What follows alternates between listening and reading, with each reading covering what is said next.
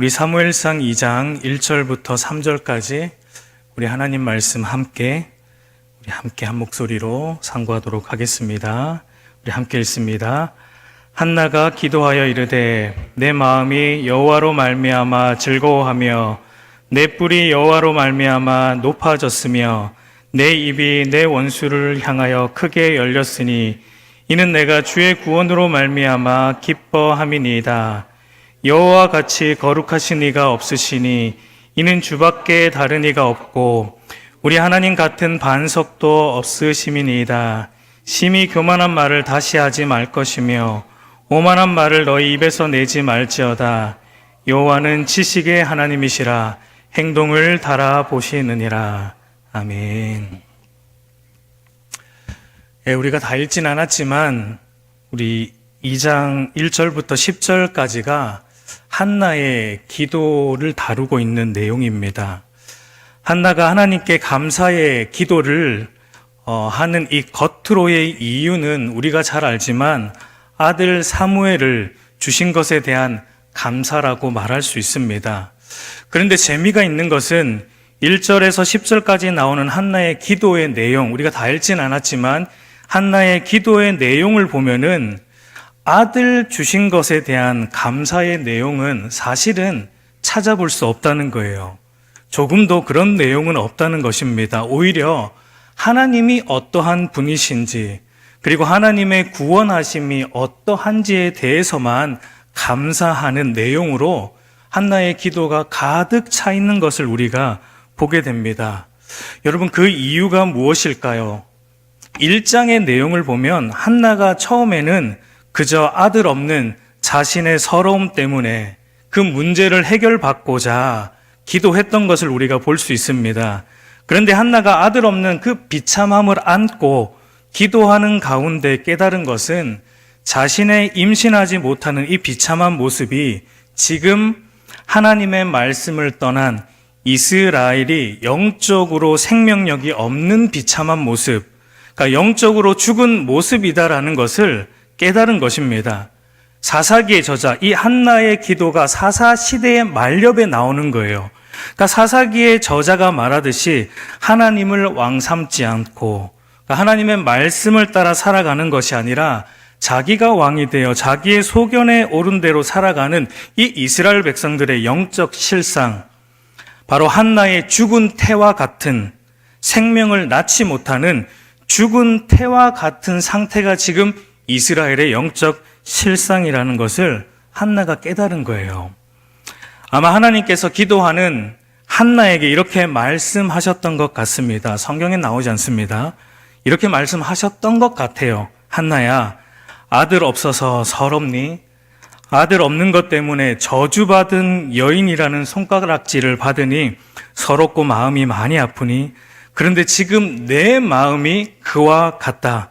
하나님의 말씀을 바르게 깨달아 알고 그 말씀대로 살아가는 사람 하나 없어서 지금 내 마음이 그처럼 아프고 속상하다. 그리고 기도하는 가운데 이런 하나님의 마음을 깨달은 한나는 아마 또 이렇게 하나님께 계속 기도했을 겁니다. 하나님, 그런 하나님의 마음을 깨닫게 하시려고 저의 임신을 막으셨군요. 저의 태를 죽은 태와 같게 하셨군요. 그런 하나님의 마음을 모르고 그저 내 문제 하나 해결받고자 했던 저의 무지를 용서해 주세요. 이 아들, 하나님이 그토록 원하시는 아들 주시면 하나님이 그토록 원하시는 하나님 말씀과 구원을 바르게 전하는 자, 하나님의 소견에 옳은 대로 살아가는 자로 하나님께 바치겠습니다. 여러분, 한나가 처음에는 그저 아들 없는 서러움 때문에 기도했지만 그러나 기도 가운데 하나님의 마음을 깨달았을 때 자신의 문제 해결에서 하나님의 하나님 되심과 하나님의 구원하심으로 기도의 방향과 주제가 바뀌게 된 것을 우리는 보게 되는 거예요. 아들 없는 자신의 비참함과 또한 아들을 주시는 하나님의 은혜를 통해 하나님을 떠난 죄로 인해 영적으로 죽은 우리를 죄로부터 건져내시고 영적으로 다시 살리시고자 당신의 아들 예수님을 우리 가운데 보내어 주셔서 구원을 이루시는 하나님의 구원하심을 깨닫게 되었기 때문에 아들 주신 것에 대한 감사가 아니라 하나님의 구원하심에 대해 기뻐하고 감사하고 있는 내용이 터져 나오고 있는 거예요. 여러분, 그래서 한나가 아들을 낳고 나서 하나님께 감사의 기도를 이제 하는데 그 첫 마디가 무엇이었습니까? 우리 1절을 다시 한번 같이 읽어보도록 할게요. 우리 1절만 같이 읽습니다. 시작.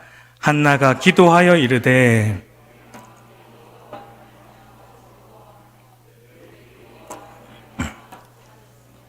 내 입이 내 원수들을 향하여 크게 열렸으니 주의 구원으로 말미암아 기뻐함이니이다. 여러분, 일반적인 사람이라면 아들 임신 못하다가 기적적으로 아들이 생겼습니다. 임신이 됐어요, 하나님의 은혜로. 그러면 그 다음에 어떻게 기도하는 것이 일반적입니까? 하나님 아들 주셔서 감사합니다라는 기도가 나오는 게 일반적이에요. 그런데 한나의 기도는 전혀 그렇지가 않아요. 뭐라고 기도의 문을 엽니까? 여호와로 말미암아 즐거워하며 라는 말로 기도의 문을 열고 있는 것을 보게 돼요. 1절을 보면 여호와로 말미암아라는 말이 2번이나 반복되는 것을 볼 수 있고, 그리고 여호와로 말미암아라는 말을 다르게 또 표현해서 주의 구원으로 말미암아라는 것으로 기도의 문을 열고 있는 것을 우리가 보게 돼요. 여러분, 한나의 기도의 핵심은 아들 없는 자신의 비참함을 통해 깨닫고 경험한 하나님의 구원하심인 것을 우리가 볼 수 있습니다. 우리 사랑하는 성도 여러분, 기독교 신앙은 그저 우리 인생 가운데 일어나는 수많은 문제들, 그 문제들을 해결받고자 하는 신앙이 아닙니다.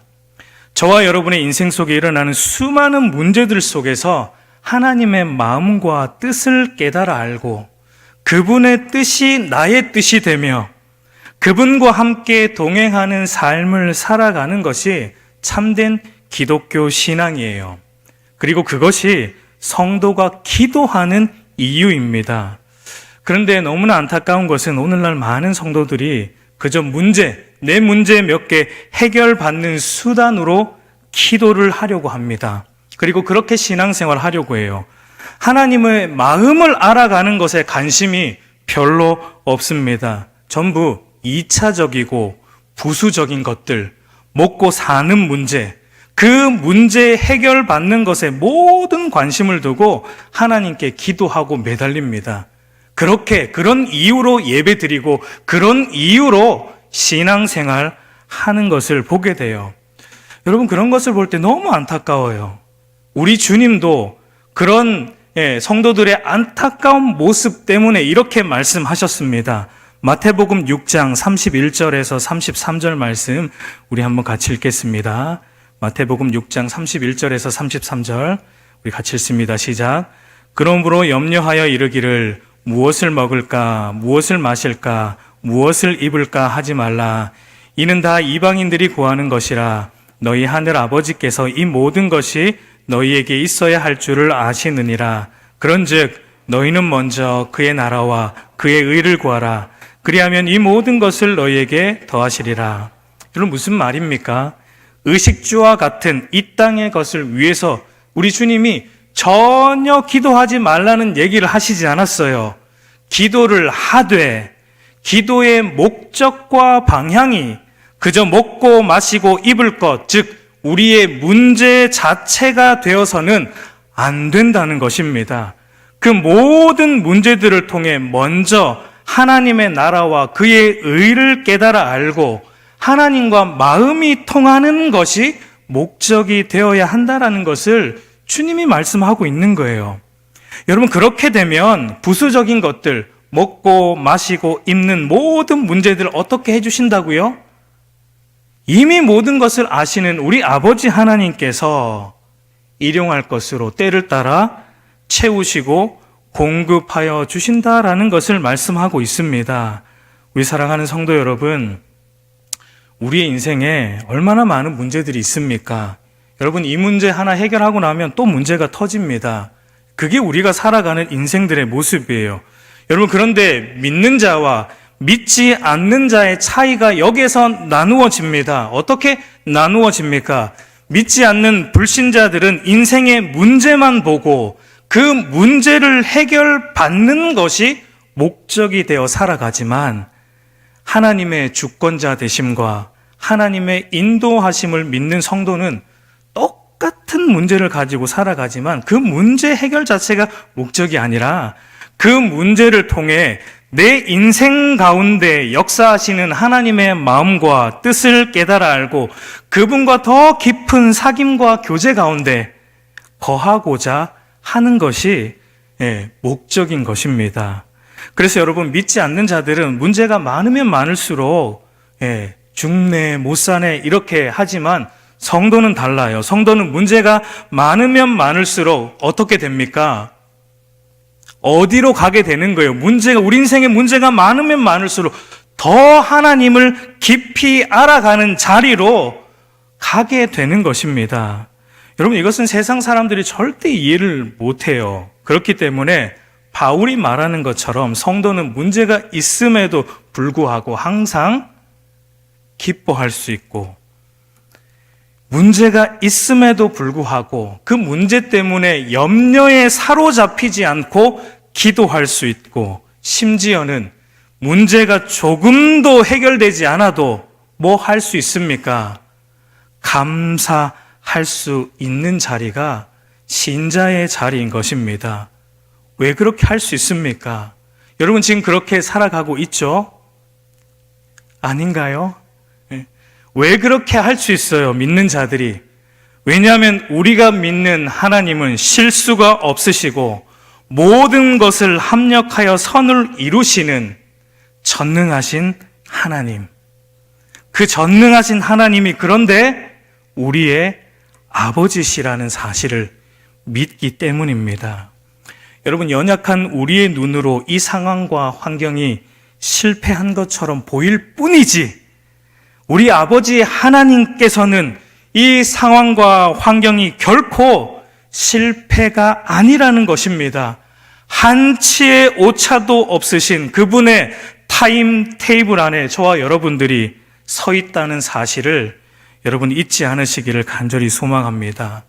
그래서 한나는 자신의 삶의 문제를 통해 경험하고 체험한 하나님의 하나님 되심과 주님의 이 구원하심에 감격하고 즐거워함으로 이렇게 말하고 있어요. 1절을 다시 보면, 내 마음이 여호와로 말미암아 즐거워하며 내 뿔이 여호와로 말미암아 높아졌으며 내 입이 내 원수들을 향하여 크게 열렸으니 이는 내가 주의 구원으로 말미암아 기뻐함이니이다. 그러니까 모든 삶의 문제들을 통해 하나님의 하나님 되심을 알게 되고 주의 구원을 경험하게 되면 처음 우리 안에 나타나는 현상이 무엇입니까? 오늘 한나의 기도를 보니까 문제를 통해 하나님을 만나게 되면 우리 안에 나타나는, 제일 처음 나타나는 현상이 무엇입니까? 우리의 마음이 즐거워진다는 거예요. 기뻐하게 된다는 것입니다. 쉽게 말해 행복해진다는 것입니다. 저는 여러분들이 행복했으면 좋겠습니다. 근데 제가 말하는 행복은 세상이 말하는 행복은 아닙니다. 잘 풀리고 돈 잘 벌어지고 뭐 승승장구하는 그런 것을 통해 오는 행복했으면 좋겠다라는 말은 절대 아닙니다. 하나님이 주시는 그 행복을 누렸으면 좋겠다는 얘기예요. 여러분, 한나가 처음에는 이 아들 없는 것 때문에 얼굴에 근심으로 가득했어요. 그러니까 한마디로 한나가 불행했다는 거예요. 하나님을 믿는 사람이었는데 한나가 불행으로 살아가고 있었다는 거예요.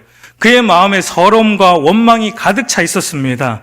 그런데 어느 순간에 그의 얼굴에 근심빛, 이 불행의 빛이 사라졌다라고 성경이 기록하고 있는지 우리가 한번 볼 필요가 있을 것 같아요. 사무엘상 1장 18절 우리 한번 같이 읽습니다.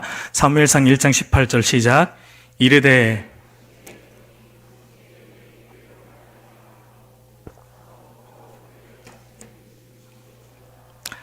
여러분 한번 보십시오. 한나가 언제 임신을, 지금 아들 달라고 기도하고 있는데 언제 임신을 하게 됩니까? 그게 사무엘상 1장 19절. 오늘 우리가 읽은 18절에서 한나의 얼굴에 뭐가 사라졌습니까? 근심빛이 18절에서 사라졌습니다. 그런데 한나가 임신하게 되는 건 몇 절에 등장하는가? 19절이에요. 19절 한번 우리 보도록 하겠습니다. 시작. 그들이 아침에 일찍이 일어나 여호와 앞에 경배하고 돌아가 라마의 자기 집에 이르니라. 엘가나가 그의 아내 한나와 동침하매 여호와께서 그를 생각하신지라. 그러니까 한나의 얼굴에 근심빛이 사라진 시기가 임신 전이에요, 후예요? 전이라는 게 중요한 거예요. 전이라는 게. 여러분, 그게 무엇을 말하고 있는 것입니까? 그러니까 문제 해결이 되어서 행복해지고 문제 해결이 되어서 얼굴에 근심빛이 사라진 것이 아니라 한나가 문제는 해결되지 않았지만 그 문제 붙들고 기도하는 가운데 하나님의 마음을 깨달았을 때 하나님의 하나님 되심과 하나님의 구원하심에 대한 하나님의 마음을 깨닫고 그 하나님의 마음 때문에 감격에 사로잡혔을 때 그분의 구원의 감격에 사로잡혔을 때 그의 얼굴에 근심빛이 사라졌다라는 것을 성경이 명확하게 우리에게 말하고 있는 것을 보게 돼요. 그러니까 한나에게 지금 자신에게 아들이 있고 없고 이 문제는 중요하지 않아요. 하나님을 깨달은 게 중요한 거예요. 하나님의 마음을 안 것이 무엇보다 중요한 거예요. 하나님의 구원의 깊이를 안 것이 무엇보다 중요한 겁니다. 당신의 아들 예수 그리스도를 통해 이 죄의 비참함의 뿌리, 영적으로 죽은 태의 뿌리를 고치시고 회복하여 우리 안에 참 기쁨과 평안을 주실 하나님의 구원하심을 무엇보다 한나에게 중요하다라는 것을 한나가 경험하게 된 것입니다. 우리 사랑하는 성도 여러분, 하나님의 하나님 되심과 삼위 하나님의 구원을 여러분 제대로 맛보면 우리 인생의 문제들은 사실 뒷전이 됩니다. 물론 이 말은 우리 인생에 일어나는 여러 문제들에 대해 우리는 그저 손 놓고 있어도 된다라는 말은 절대로 아니에요. 최선을 다해야 됩니다. 그 문제들을 해결하기 위해.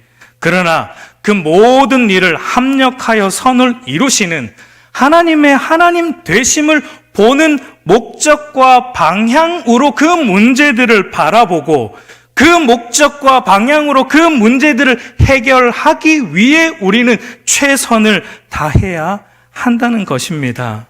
그러나 문제들을 통해 하나님의 하나님 되심과 구원하심을 보는 목적과 방향이 아니라 그저 하나님의 이 전능하신 힘을 내가 빌려서 나의 인생의 문제를 해결하는 것이 우리가 하나님을 믿는 신앙생활의 목적과 방향이라면 여러분 죄송한 말씀이지만 아직 구원의 맛을 제대로 보지 못한 것입니다. 아직 신앙의 초보에 머물러 있는 거예요. 하나님의 그 구원하심의 깊은 바다 안으로 아직 들어오지도 못한 거예요. 여러분 혹시 스킨스쿠버를 해보신 적 있습니까? 안 해보셨어요?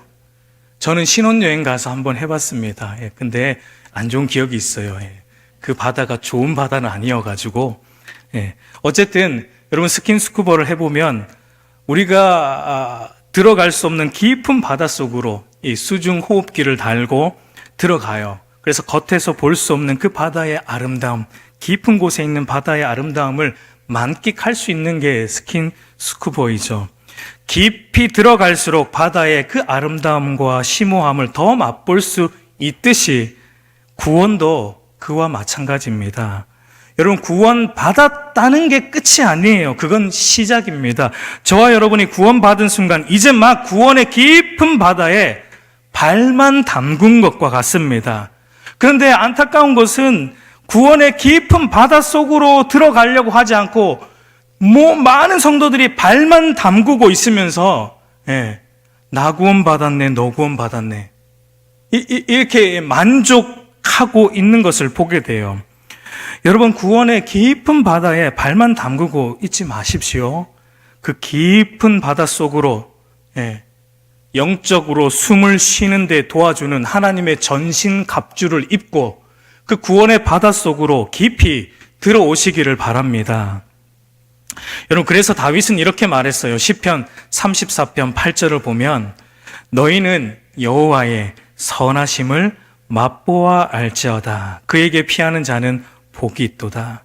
그러니까 여호와의 선하심, 여러분, 선하심이라는 건 하나님의 성품의 총체적인 의미예요.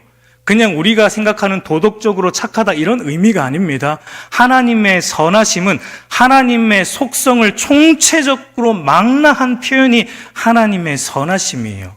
하나님의 구원하심을 맛보아 알라는 겁니다. 그 구원의 깊이에 들어가는 자가 복이 있다라고 다윗이 얘기하고 있어요. 여러분, 다윗이 이 시를 언제 쓴지 아십니까? 시편 34편의 표제어를 보면 이렇게 되어 있습니다. 다윗이 아비멜렉 앞에서 미친 채 하다가 쫓겨나 지은 시. 그러니까 시편 34편은 사무엘상 21장을 배경으로 하는데 다윗이 사울에게 쫓겼죠. 왕이 되고 나서, 기름 부음 붓고 나서. 그런데 유대 땅에는 도망갈 이제 공간이 없는 거예요. 쫓기다. 유대 땅에는 더 이상 숨을 곳이 없어서, 그래서 그가 도망간 곳이 어디냐면 블레셋 땅입니다. 우리가 잘 알지만 블레셋 땅은 다윗이 죽인 장수 골리앗의 고향이에요. 그러니까 다윗에게 원수의 나라입니다. 피할 곳이 없어 자기가 죽인 골리앗의 고향으로 도망을 간 겁니다. 그러니까 블레셋 사람들이 알아보고 아기스 왕에게 데리고 갔을 때, 그때 다윗이 살려고 했던 행동이 우리가 잘 알지만 미친 척이었어요.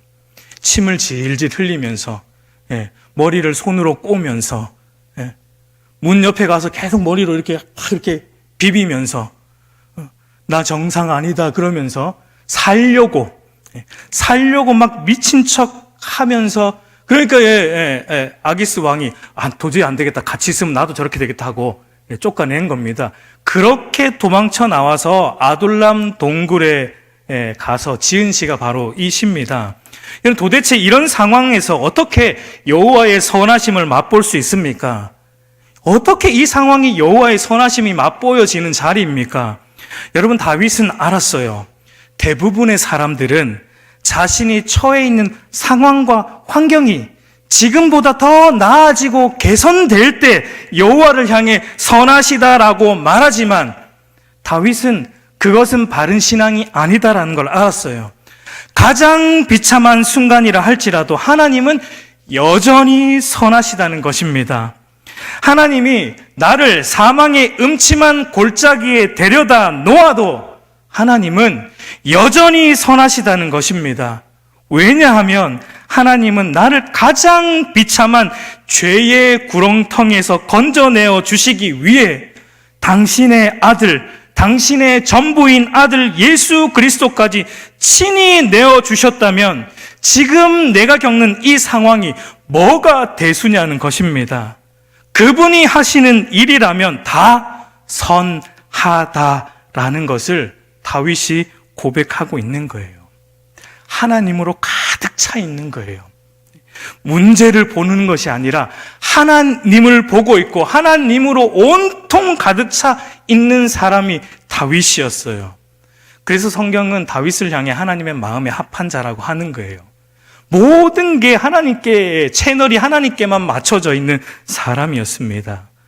죄인 중에 괴수인 나를 죄로부터 건져 당신의 자녀 삼으시고 당신과 교제와 사귐을 누릴 수 있는 자리로 인도해 주셨는데, 이게 가장 큰데 지금 미친 척 하는 게 뭐가 대수냐는 것입니다.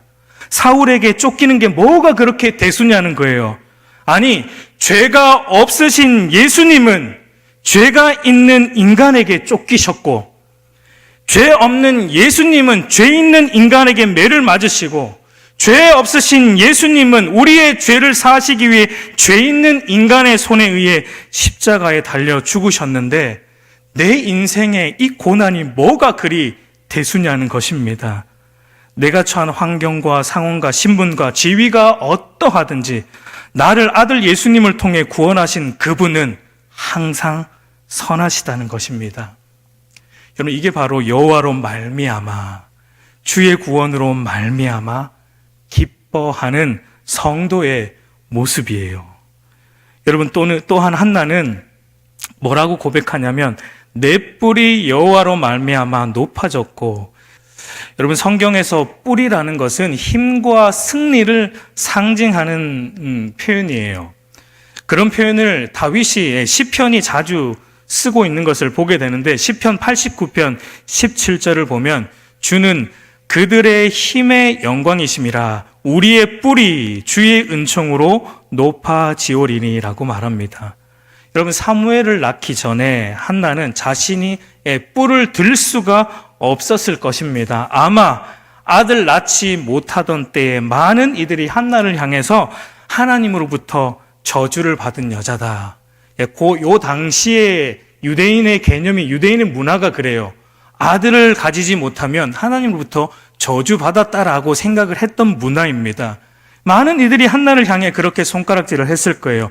여호와의 사랑받지 못하고 버림받은 여자라는 식의 비방을 한나가 들었을 것입니다. 그러나 지금 여호와로 말미암아 아들을 얻었고 그로 인해 하나님의 사랑과 주의 구원을 목도했기에 이제는 자신의 뿔을 높이고 거기에서 더 나아가 자신이 하나님으로부터 저주를 받았다고 말하는 원수 앞에서 당당히 입을 열어 자신의 뿔을 높이신 역전의 하나님을 찬양하고 있는 것을 보게 됩니다.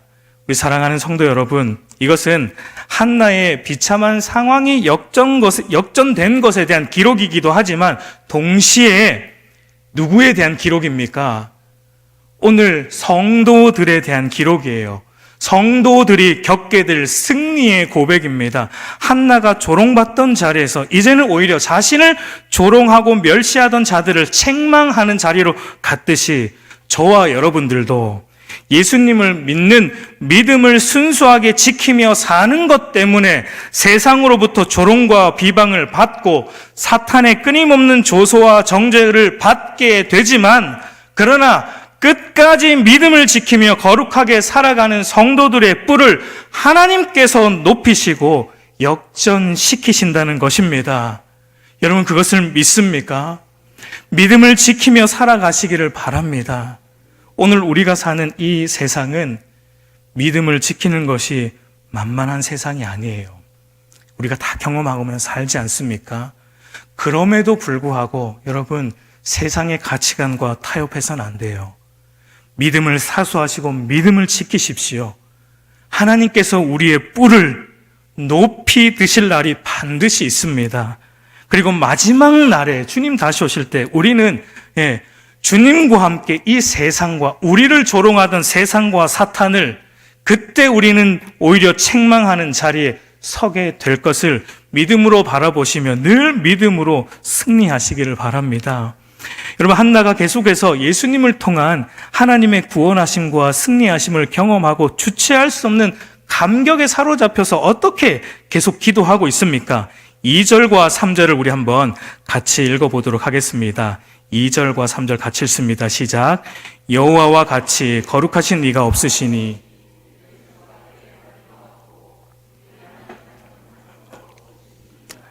심히 교만한 말을 다시 하지 말 것이며 오만한 말을 너희 입에서 내지 말지어다. 여호와는 지식의 하나님이시라 행동을 달아보시느니라. 예수 그리스도를 통한 하나님의 구원하심과 승리하심에 감격하고 즐거워하는 성도는 그저 어떤 사람이냐면 그저 감정적으로 여러분 들떠있는 사람들이 아니에요. 여러분, 우리는 쉽게 감정의 지배를 받아요. 그래서 기도할 때, 찬양할 때 우리의 감정이 좀 이렇게 북받쳐 오를 때가 있죠. 그래서 감정적으로 주체할 수 없어서 눈물을 흘리며 찬송하고 기도하고 또 말씀을 듣는 사람들이 있습니다. 그래서 많은 사람들이 오해하는 게 뭐냐면 우리가 기도할 때 찬양하고 말씀 들을 때 감정적으로 우리 눈에서 눈물이 좀 흐르고 우리의 마음이 좀 뜨거워지는 걸 느끼면 바로 우리가 무슨 생각하냐면 하나님이 내게 은혜를 베푸셨다, 은혜 받았다라는 생각으로 쉽게 도달하려고 해요. 그런데 감정적으로 흥분하고 눈물을 흘리며 기도하며 은혜를 받았다고 말하는 사람들이 교회 안에 여러분 많습니다. 그런데 그런 사람들을 보니까 은혜 받기 전이나 은혜 받은 후나 뭐가 없어요? 변화가 조금도 없는 것을 너무 많이 보게 돼요. 조금 찔리죠? 너무 많이 보게 돼요. 설교 끝나고 찬양 끝나고 뭐가 기도회를 하고 나서 은혜 받았다고 말하는데 은혜 받기 전과 이후의 삶이 조금도 변화가 없는 것을 너무나 많이 보게 됩니다. 여러분, 하나님이 주시는 은혜가 바른 은혜라면 우리 안에 내적으로인 변화와 외적인 변화를 반드시 동반한다라는 사실을 여러분 꼭 아셔야 돼요. 그러니까 은혜를 받았다고 말하면서 아무런 어떤 거룩한 변화가 우리 안에 없다면 은혜 받은 게 아닙니다. 거짓된 은혜를, 자기 스스로 만들어낸 은혜를 스스로 조장하여 받은 것과 같은 거예요. 여러분, 우리는 찬양하고 기도할 때 감정적으로 흥분을 잘 하기 때문에 눈물을 흘린다고 그게 다 바른 복음적 감정이 아니라는 사실을 여러분 꼭 기억하시길 바랍니다.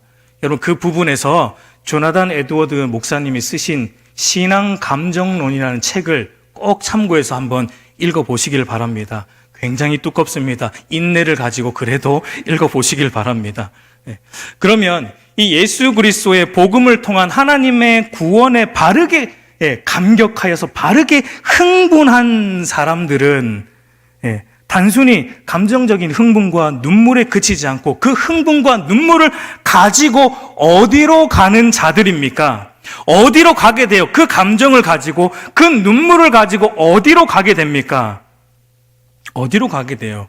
하나님이 어떠한 분이신지를 아는 자리로 나아가게 되어 있는 거예요.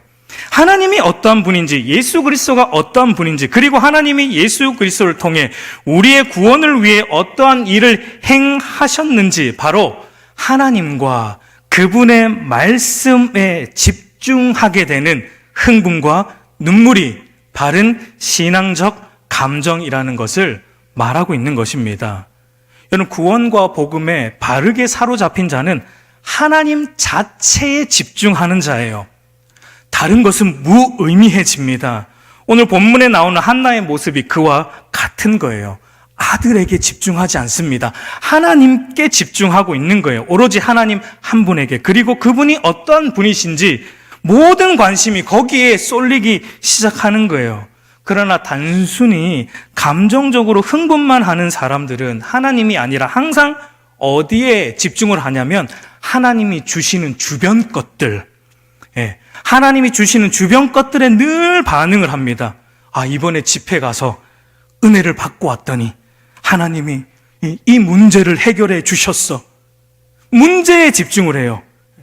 여러분, 간증도 들어보면 전부 어떻습니까? 여러분, 우리 많은 사람들이 하는 간증의 대부분이 어때요? 하나님께 이렇게 했더니 하나님이 나의 문제를 해결해 주셔서 지금은 더 잘되게 해주셨다. 여러분, 그거는 성경적 간증이 절대 아닙니다.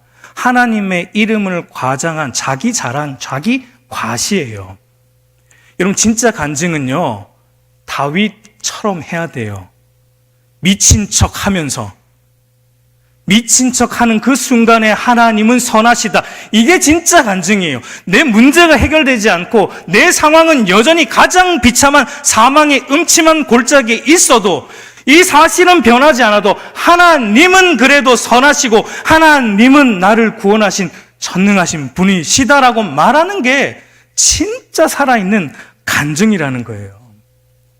여러분, 그래서 이 구원에 바르게 감격한 사람은 문제에 집중하지 않습니다. 오로지 하나님께, 하나님이 어떤 분인지 집중하는 것을 보게 돼요. 그래서 한나가 집중하여 높이고 있는 이 하나님은 어떤 분이에요? 하나님은 어떤 분입니까? 한나는 하나님에 대해 4가지의 속성을 가지고 하나님께 집중하고 있는 것을 보게 돼요. 첫 번째는 하나님의 거룩하심입니다. 여호와와 같이 거룩하신 이가 없으시니, 죄로 인해 부정해진 이스라엘을 거룩하게 하실 분은 오로지 거룩하신 하나님 한 분밖에 없다라는 것을 고백합니다. 나를 죄로부터 건지실 분은 바로 하나님, 거룩하신 하나님 밖에 없다는 것입니다. 여러분, 하나님의 거룩하심을 본다라는 것은 거룩하신 그분 앞에 감히 설 수 없는 나의 죄인됨을 보는 것과 같은 것입니다. 날마다 죄 앞에 무너지는 나를 볼 때마다 죄에 대해 애통하는 마음으로 늘 회개하고 또한 우리의 시선을 돌려 거룩하신 하나님만 소망하며 거룩하신 하나님께 집중하는 자가 바로 구원의 은혜에 바르게 감격하고 즐거워하고 기뻐하는 참된 신자의 모습이라는 것입니다. 두 번째는 하나님의 유일하심에 한나는 집중해요. 주밖에 다른 이가 없다라고 말합니다. 여러분, 이 말은 하나님만이 나의 유일한 왕이시다라는 고백과 같은 고백입니다. 하나님 한 분만이 유일한 나의 주인이십니다라는 주권 양도의 고백이에요. 구원에 감격하고 은혜 받았다라고 말하는 수많은 성도들의 삶을 보면 실질적으로 하나님이 내 인생의 주인이 되어 있지 않은 사람들을 너무나 많이 봐요. 늘 자기 자신이 주인입니다. 하나님의 말씀은 온데간데 없어요. 세상의 원리로 여전히 살아갑니다. 그러면서 교회 오면은 은혜 받았다라고 말합니다. 그러면서 주일 대예배 한 번 드린 것으로 만족하면서 하나님을 섬긴다라고 말하면 살아가요. 그런 것은 거짓된 신앙이다라는 것을 말해주고 있는 거예요.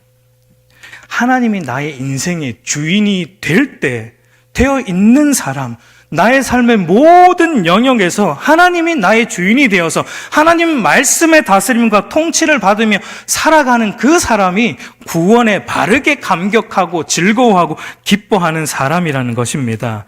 여러분, 세 번째는 하나님의 신실하심에 한나가 집중하고 있어요. 우리 하나님 같은 반석은 없다라고 말합니다. 여러분, 반석이라는 것은 든든하고 변하지 않는 것을 상징하죠. 바로 죄인이고 부정한 저와 여러분들을 구원하심에 있어서 변함없고 신실하신 하나님을 묘사합니다. 우리는 늘 변하고 요동치는 불완전하는 자들이지만 하나님은 늘 변함없이 우리를 붙드시고 있다는 것입니다.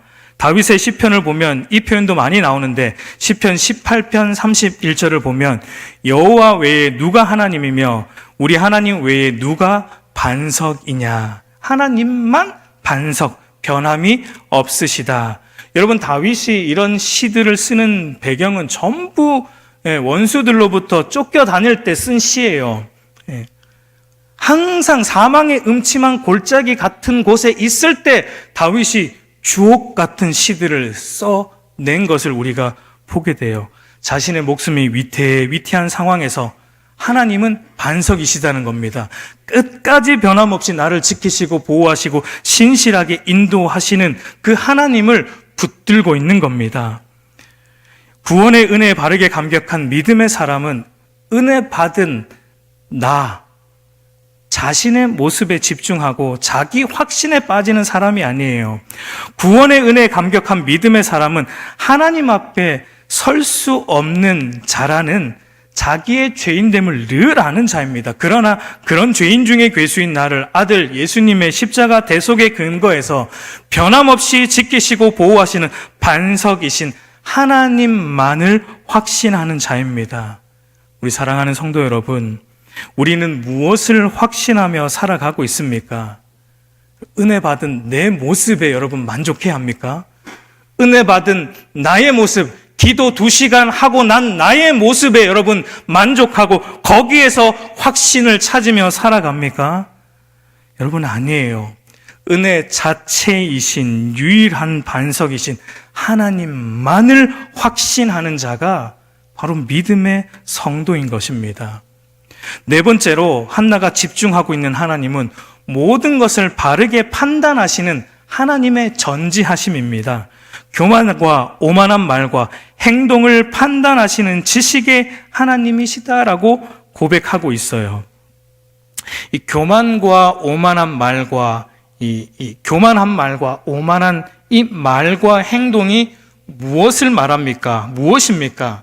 바로 앞에서 말했던 하나님의 거룩하심, 하나님의 유일하심, 하나님의 왕되심, 하나님의 신실하심, 한마디로 하나님의 선하심, 하나님의 하나님 되심을 온전히 신뢰하지 않는 게 교만이라는 거예요. 그냥 조금 과시하는 게 교만이 아니고 하나님의 하나님 되심을 어중간히 신뢰하고 온전히 신뢰하지 않은 것이 교만, 성경이 말하는 교만과 오만한 모습이라는 것입니다.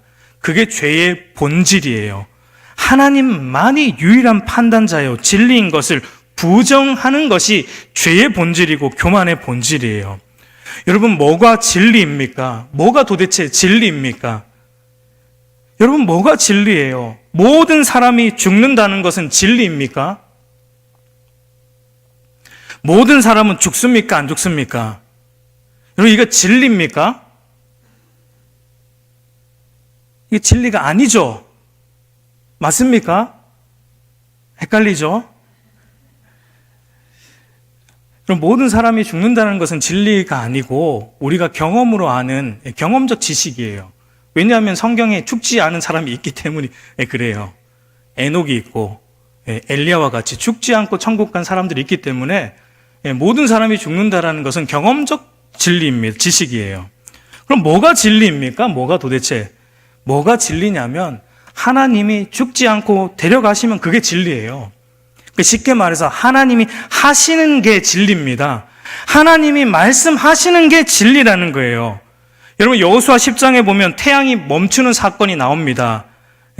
여러분, 과학적으로 말하면, 엄밀히 말하면 태양은 돌지 않기 때문에 멈추지 않아요. 그러니까 엄밀하게 따지면은 여러분, 지구가 멈춘 겁니다. 지구가, 그죠? 지구가 태양 주위를 돌고 있기 때문에 태양이 멈췄다라고 말한 것은 지구의 자전과 공전이 멈췄다라는 겁니다. 여러분, 과학적으로 지구의 자전과 공전이 멈추면 어떻게 됩니까? 어떻게 돼요? 지구가 어떻게 돼요? 멸망합니다. 과학적으로 자전과 공전이 멈추면 지구가 산산조각 납니다.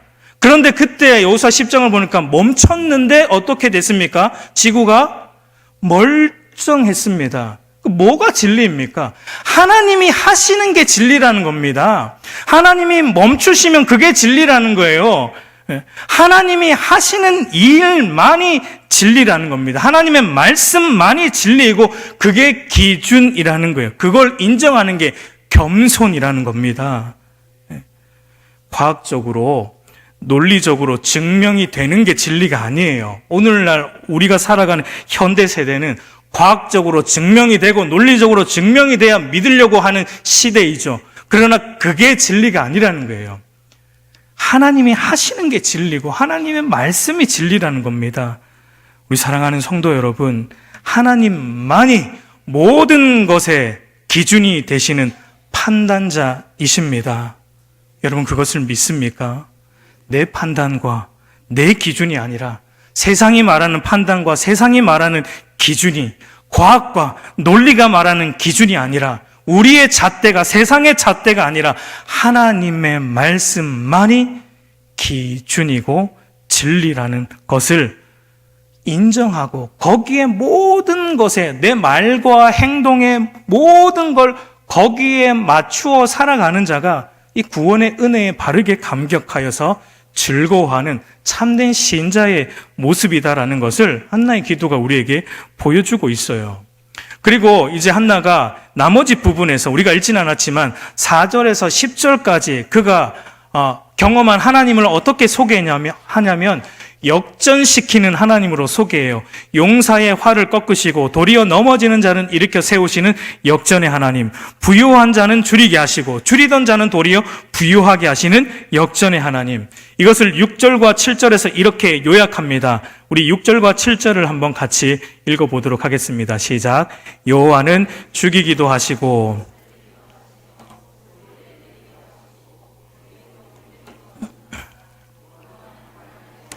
부하게도 하시며 낮추기도 하시며 높이기도 하시는도다.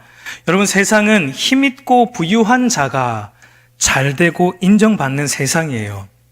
세상은 힘이 있고 부유한 자가 다스립니다. 그래서 오늘날 그 세상의 가치를 따라 살아가는 모든 인생들은 하나같이 그 힘과 부유함을 얻으려고 발버둥치며 살아가요. 그 문제를 해결하려고 힘과 부유함을 얻으려고 애쓰며 살아갑니다. 그러나 하나님은 이런 세상의 삶의 방식을 뒤집으시는 역전의 하나님이라는 것을 말합니다. 그것을 어디에서 잘 볼 수 있냐면 여러분 마태복음 5장 저와 여러분들이 계속 다루었던 산상수훈, 산상수훈을 다 끝내지 못해서 조금 아쉬운 감이 있지만 이 마태복음 5장 팔복을 보면 예수님이 이렇게 우리에게 말씀해 주셨어요. 원문의 뉘앙스를 살려서 제가 읽어드리도록 하겠습니다. 복 있는 너희들아, 너희는 심령이 가난한 자다. 복 받은 너희들아, 너희는 애통한 자다. 복 있는 너희들은 온유한 자다. 이미 복 받은 너희는 의에 줄이고 목마른 자다. 복 받은 너희는 긍휼히 여기는 자다. 복 있는 너희는 청결한 자다. 복 있는 너희는 화평한 자다. 복 있는 너희는 의로 인해 박해를 받는 자다. 복 받은 너희들은 세상 사람들로부터 욕먹고 박해를 받는 자다라고 팔복이 우리에게 하나님 나라의 질서에 대해서 이렇게 말씀해 주셨고 하나님을 믿는 성도의 성품에 대해서 또 이렇게 말씀해 주신 거예요. 여러분, 이 세상의 가치관을 쫓아 살아가는 사람들이 과연 이것을 복이라고 말할 수 있을까요?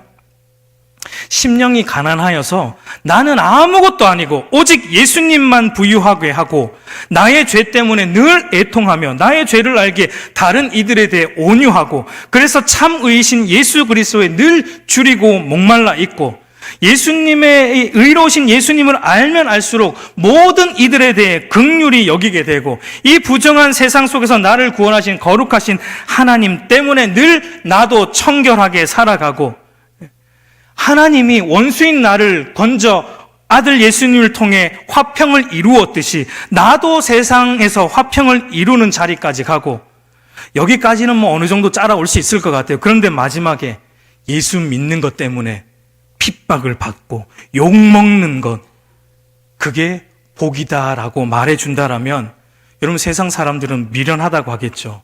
미쳤다고 하겠죠. 그런 게 복이라면 나는 그런 복 안 받으련다라고 하겠죠. 세상의 가치관은 자신의 죄인됨을 토로하는 게 아니에요. 자존감을 높여야 돼요. 자신을 더 어필하고 어떻게든지 자신을 포장해서 남들에게 더 잘 보여서 나를 더 과시하고 더 부풀려 나에 대해 부풀려 말해서 힘 있는 자처럼 보여내야 하는 게 세상의 원리입니다. 여러분, 그래서 우리가 세상에서 성도의 가치, 하나님의 가치를 가지고 세상을 살아간다라는 게 만만하지 않다고 성경이 우리에게 말하고 있는 거예요. 왜냐하면 성도는 이 세상 나라의 가치관과 세상의 삶의 방식과는 전혀 다른 하나님 나라의 질서와 가치로, 여러분 업사이드 다운이라고 했잖아요. 하나님 나라의 가치와 세상의 가치는 끝과 끝 상극입니다. 우리는 세상 속에서 하나님 나라의 가치로 살기 때문에 세상에서 그리스도인으로 사는 게 쉽지 않아요. 그래서 바울이 이렇게 말하고 있어요. 디모데후서 3장 12절 우리 한번 같이 읽습니다. 시작. 무릇 그리스도 예수 안에서 경건하게 살고자 하는 자, 하나님 나라의 가치로 살고자 하는 자, 예수 믿는 믿음 제대로 지키면서 살고자 하는 자, 그저 교회만 왔다 갔다 하면서 살고자 하는 자는 밖에 없어요. 근데 예수 제대로 믿으려고 신앙의 몸부림을 치는 자는 반드시 박해가 있다라고 말하고 있습니다. 이런 게 좀 없으면 좋겠지만 말하고 있어요. 그러나 여러분, 우리 하나님은 어떤 하나님이시다라고 한나가 얘기해주고 있어요. 역전의 하나님이다. 반드시 뒤집는다. 업사이드 다운을 다시 업사이드 다운 하시는 겁니다. 세상은 세상의 가치관이 위에 있고 하나님의 가치관이 밑에 있지만 하나님은 그것을 뒤집어서 하나님 나라의 가치관으로 살아가는 자를 높이시는 겁니다. 역전의 하나님이세요. 그분을 여러분 믿으시기를 바랍니다. 그것을 머리로만이 아니라 우리의 전 인격적으로 믿고 그분과 참되게 교제하며 살아갈 때 여러분 우리 인생 가운데 어떤 일이 일어나냐면 저와 여러분의 어떤 환경이 처해 있을 때도 세상이 건드릴 수 없는 참된 평안이 우리에게 주어지는 거예요. 그래서 다윗이 그 고백을 할 수 있는 거예요. 미친 척 하면서도 여호와는 선하시다. 여호와의 선하심을 맛보라. 그 아둘람 동굴에 여러분 나중에 400명이 찾아와요, 다윗을. 근데 그 400명이 똑같이 다윗처럼 곤고한 자, 가련한 자, 시편 40편을 보면 그렇게 표현이 돼요. 곤고한 자, 가련한 자, 사무엘상 21장을 보면. 그러니까 다윗이 자신과 똑같은 그런 자들에게 여호와의 선하심을 얘기하는 거예요. 어떠한 환경에 있을지라도 세상이 건드릴 수 없는 환경이 하나님이 주신 우리 안에 있는 평안을 공격할 수 없다라는 거예요. 예수님이 그래서 이렇게 말씀하십니다.